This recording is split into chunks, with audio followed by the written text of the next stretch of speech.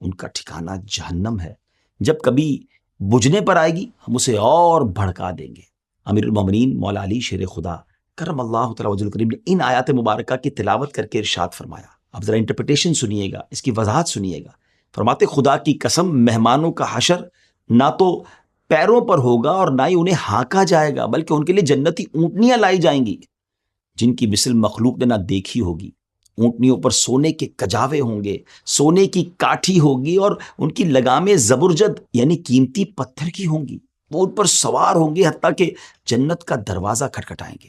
کیسا پروٹوکول ہوگا کہ لوگ پریشان ہوں گے اور یہ اللہ کے مہمان جنتی سواریوں پر جنت کی طرف جائیں گے۔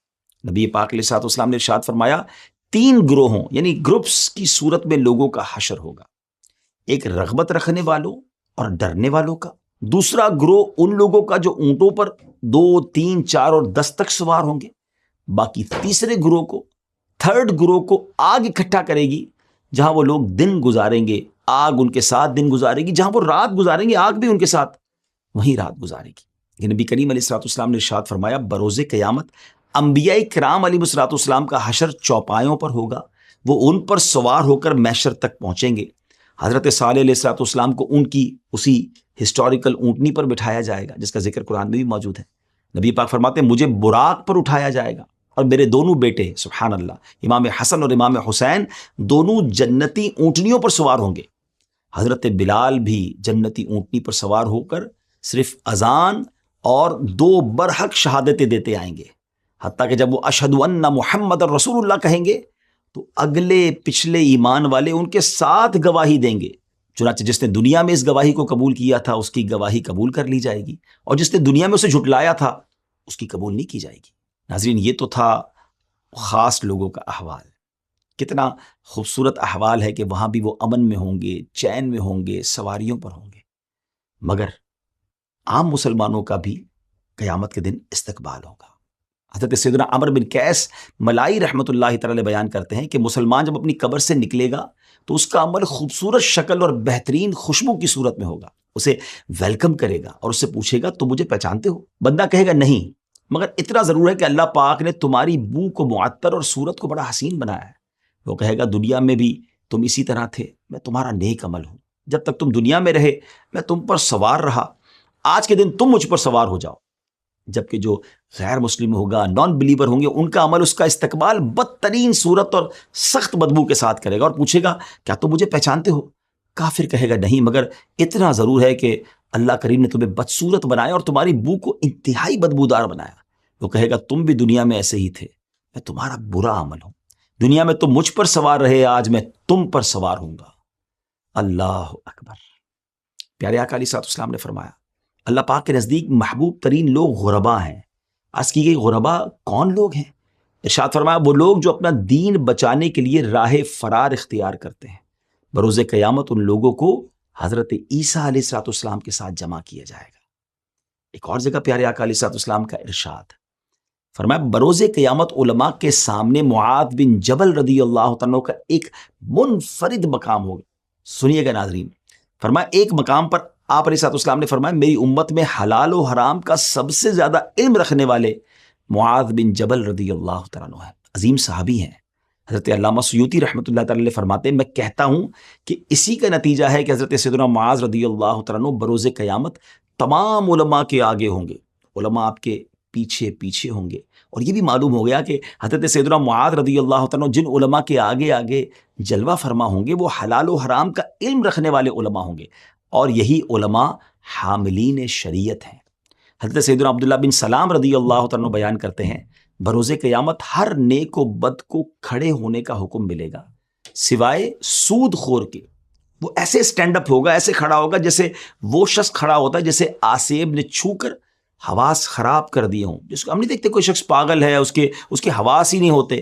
فرمایا سود والا قیامت کے دن اس طرح ہوگا اور اس کا گلا گھونٹا جا رہا۔ رسول کریم علیہ الصلوۃ والسلام نے ارشاد فرمایا بروز قیامت ایک قوم کو اللہ پاک ان کی قبروں سے اس حالت میں اٹھائے گا کہ ان کے منہ سے بھڑکتی ہوئی آگ نکل رہی ہوگی۔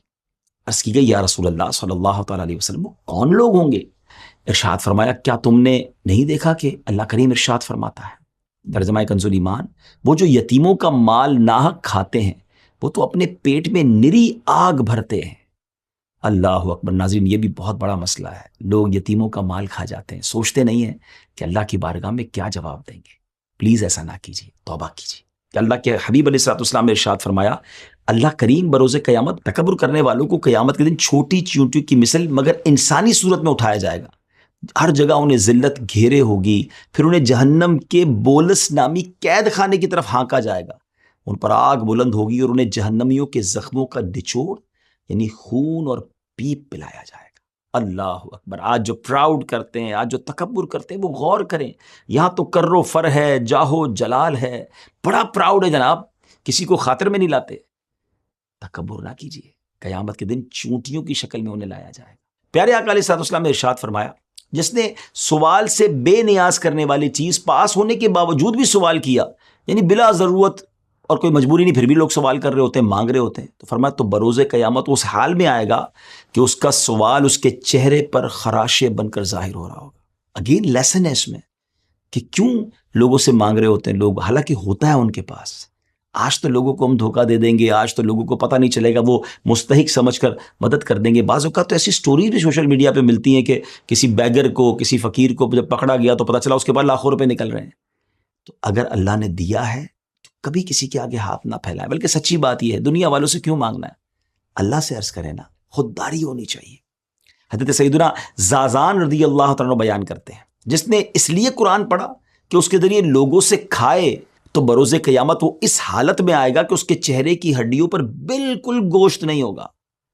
اللہ اکبر۔ اللہ کرے کہ ہم اپنے سارے کام اللہ کی رضا کے لیے کریں۔ رسول اکرم علیہ الصلوۃ والسلام نے فرمایا، جس نے آدھی بات کے ذریعے بھی کسی مسلمان کے قتل میں مدد کی ہوگی۔ اب ایک اور کنڈیشن سنیے گا، بروز قیامت وہ اس حالت میں آئے گا کہ اس کی دونوں آنکھوں کے درمیان لکھا ہوگا، یہ شخص اللہ پاک کی رحمت سے نا امید ہے۔ غور کیجیے، آج تو بے جا قتل بھی کیے جا رہے ہیں، تکلیف بھی پہنچائی جا رہی ہے۔ ایسا نہ کیجیے، اللہ پاک مجھے اور آپ کو ظلم سے بچائے، ظلم کرنے سے بھی بچائے اور ظالموں کے ظلم سے بھی بچائے۔ سرکار دو عالم علیہ الصلوۃ والسلام نے ارشاد فرمایا، اب ایک اور کنڈیشن سمجھیے، جس نے قبلے کی طرف تھوکا ہوگا وہ بروز قیامت اس حال میں اٹھایا جائے گا کہ اس کا تھوک اس کی دونوں آنکھوں کے درمیان ہوگا۔ اب ظاہر اس کی کنڈیشنز ہیں کہ جناب معاذ اللہ معلوم ہونے کے باوجود اور بے ادبی کی نیت سے یہ کام کرے گا، تو ہمیں بے ادبی سے بچنا ہے۔ رسول پاک علیہ الصلوۃ والسلام نے ارشاد فرمایا، جس کے پاس 2 بیویاں ہوں اور پھر وہ ان کے درمیان عدل سے کام نہ لے، تو قیامت کے دن وہ یوں آئے گا کہ اس کا آدھا جو دھڑ ہوگا وہ شل ہوگا، اور ایک روایت میں کہ اس کا آدھا دھڑ گر چکا ہوگا۔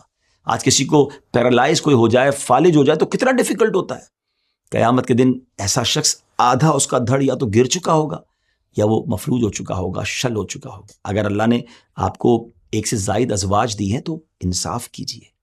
یہ میں جو آپ کو الگ الگ حدیثیں سنا رہا ہوں نا، تاکہ آپ کو کنڈیشنز پتہ چلیں۔ پہلے ہم نے اللہ کے محبوب لوگوں کا پروٹوکول سنا، ان پر کیسی نعمتیں ہوں گی، وہ کیسے سکون میں ہوں گے، مگر یہ وہ افراد ہیں کہ جو یہ مسٹیکس کرنے والے ہیں، یہ غلطیاں کرنے والے ہیں، اور ان کا قیامت کے دن کیا حال ہوگا، کس حالت میں آئیں گے، وہ ہم بتا رہے ہیں۔ اور اللہ کی رحمت ہے نا کہ ہمیں دنیا میں پتہ چل گیا ہے تو ہم ان چیزوں سے بچنے لگ جائیں۔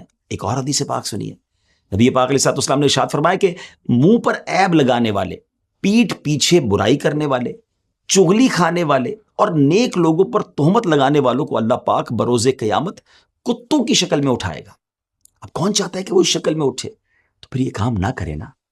روایت میں آتا ہے کہ جو اس حالت میں مرا کہ وہ منہ پر اور پیٹھ پیچھے لوگوں کے عیب بیان کرنے والا ہو اور لوگوں کے برے نام رکھنے والا ہو، تو بروز قیامت اس کی علامت یعنی اس کا سمبل یہ ہوگا کہ اللہ پاک اس کی دونوں بانچیں کہتے ہیں، یہ دونوں ہونٹوں کے جو کونے ہوتے ہیں نا، اسے لے کر اس کی ناک تک داغ لگائے گا۔ کیسے برداشت ہوں گی چیزیں؟ آج لوگ عیبوں کی تلاش میں رہتے ہیں، کسی طرح کسی کا عیب پتہ چل جائے تو جناب سوشل میڈیا پہ ڈال دیں، اسے وائرل کر دیں۔ حضرت سیدتنا عائشہ رضی اللہ تعالی عنہا بیان فرماتی ہیں کہ رسول اکرم علیہ الصلوۃ والسلام نے ارشاد فرمایا، جس نے کسی کی بالشت بھر زمین بھی ناحق لی ہوگی، بروز قیامت 7 زمینوں کا طوق بنا کر اس کے گلے میں ڈالا جائے گا۔ اللہ اکبر۔ آج تو زمینوں پہ قبضہ کیا جا رہا ہے اور لوگ بڑے کرو فر سے کہتے ہیں جو کرنا ہے کر لو، مجھ سے کوئی نہیں واپس لے سکتا۔ ٹھیک ہے جناب، آج آپ سے کوئی واپس نہیں لے سکتا، مگر کیا بروز قیامت اس پنشمنٹ کو برداشت کر سکیں گے؟ جس کا حق نکلتا ہے نا، دنیا میں دے دیجئے، معافی مانگ لیجئے، اس دن ہم کچھ بھی برداشت نہیں کر سکیں گے۔ اللہ کرے کہ ایسے گناہوں سے پاک ہو کر اللہ کی رضا والے بن کر ہم قیامت کے دن جائیں کہ اللہ ہم سے راضی ہو جائے اور ہمیں اپنے مقبولین میں شامل فرما لے۔ اب آئیے ذرا اپنی ایپیسوڈ کو اینڈ کی طرف لیے چلتے ہیں کہ لاسٹ آپ کو روایت سناتا ہوں۔ نبی پاک علیہ الصلوۃ والسلام نے ارشاد فرمایا، جو 10 لوگوں کا بھی امیر ہوگا بروز قیامت اللہ پاک اسے اس حالت میں اٹھائے گا کہ اس کے دونوں ہاتھ اس کی گردن کے ساتھ بندھے ہوئے ہوں گے۔ اگر وہ نیک ہوگا تو اس کی بندش کھول دی جائے گی، اور اگر وہ بدکار ہوگا تو اس بندش پر ایک اور بندش کا اضافہ کر دیا جائے گا۔ اب وہ لوگ جو صاحب اقتدار ہیں، وہ لوگ جو کنٹرول رکھتے ہیں، جو لوگوں کے امیر ہیں یا ہیڈ ہیں، انہیں سوچنا ہے کہ انصاف کرنا ہے، ورنہ ایسا نہ ہو کہ نا انصافی باعث ہو جاتے ہیں، اپنے پسند کے فیصلے کر رہے ہوتے ہیں۔ اگر اللہ نے موقع دیا ہے نا کسی کا لیڈر بننے کا، کسی کا نگران بننے کا، اقتدار دیا ہے، تو انصاف کرنا ہے، ورنہ قیامت کے دن یہ سزا برداشت نہیں ہوگی۔ ناظرین، دوسری ایپیسوڈ ہماری آلموسٹ کمپلیٹ ہوئی۔ اگلی ایپیسوڈ کو انشاءاللہ آپ نے دیکھنا ہے، کیونکہ اس میں ہم اچھے اور نیک اعمال کرنے والوں کے بارے میں سنیں کہ وہ کیسے اللہ کی بارگاہ میں آئیں گے، ان پر کیا کیا انعامات ہوں گی، کیا کیا نوازشوں کی بارش ہوگی، اور انشاءاللہ پھر بہت ساری معلومات کے ساتھ آپ کے ساتھ ملاقات ہوگی، اس دعا کے ساتھ کہ اللہ کریم محشر میں ہماری عزتوں کی حفاظت فرمائے، ہمیں پوری مخلوق کے سامنے رسوا ہونے سے بچائے، اور پیارے نبیوں اور اپنے مقبولین کے ساتھ ہمارا حشر فرمائے۔ آج بھی جو ہم نے گفتگو کی ہے، اگر اس کے ریفرنسز آپ جاننا چاہیں تو ڈسکرپشن میں آپ جا کر دیکھ سکتے ہیں۔ ہمارے چینل کو سبسکرائب کیجئے، لائک کر دیجئے، اگر آپ کو یہ ایپیسوڈ پسند آئی ہے تو اسے شیئر بھی کیجئے اچھی نیتوں کے ساتھ۔ انشاءاللہ یہ ایسی شیئرنگ ہے جو انشاءاللہ آپ کے لیے ثواب کا بھی باعث بنے گی۔